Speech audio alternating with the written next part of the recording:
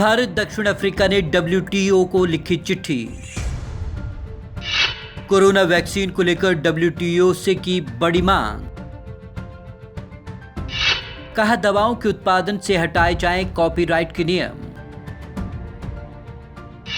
नहीं लागू हो इंटेलेक्चुअल प्रॉपर्टी के नियम। कोरोना वैक्सीन को लेकर भारत और दक्षिण अफ्रीका ने WTO यानी कि विश्व व्यापार संगठन से बड़ी मांग की है।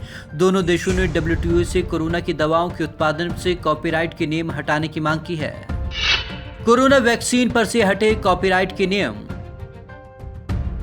दरअसल भारत और दक्षिण अफ्रीका चाहते हैं कि विश्व व्यापार संगठन विकासशील देशों पर कोरोना की दवाई बनाने और उसे इंपोर्ट करने के प्रोसेस को आसान बनाने के लिए इंटेलेक्चुअल प्रॉपर्टी के नियमों को ना लागू करे।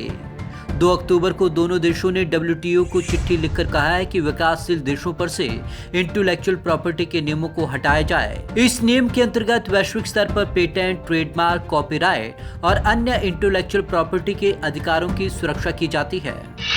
WTO की वेबसाइट पर उपलब्ध है लेटर।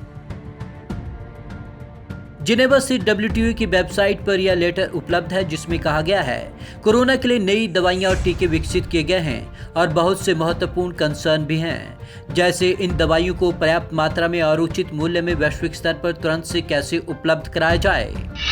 नहीं लागू हो इंटेलेक्चुअल प्रॉपर्टी के नियम।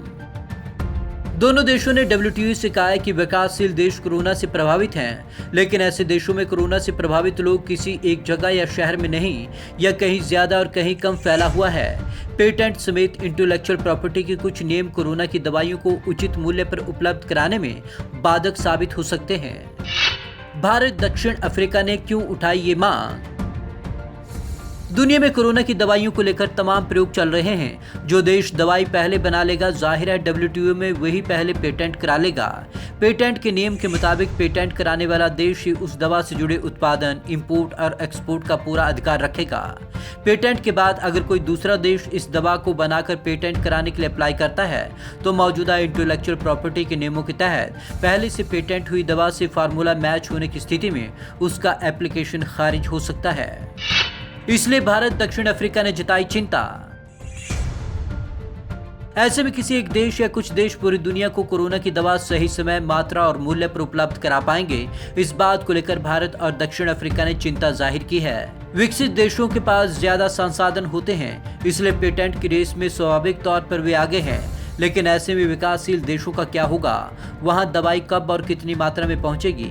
क्या विकासशील देश पेटेंट का अधिकार रखने वाले देश द्वारा तय किया हुआ मूल्य चुका पाएंगे? भारत और दक्षिण अफ्रीका ने इन्हीं चिंताओं को ध्यान में रखते हुए विकासशील देशों के लिए कोरोना की दवा के उत्पादन और उसकी आपूर्ति में छूट की मांग की है।